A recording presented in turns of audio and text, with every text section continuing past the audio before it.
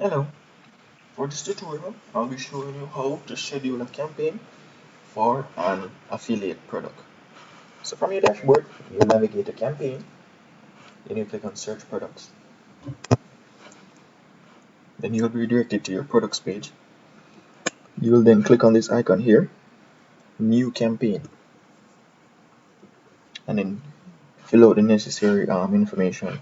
This campaign return link is basically link users after seeing your campaign on the various campaign platforms, they can rather purchase or get more information about the product. So it would be a good idea to put your store URL here.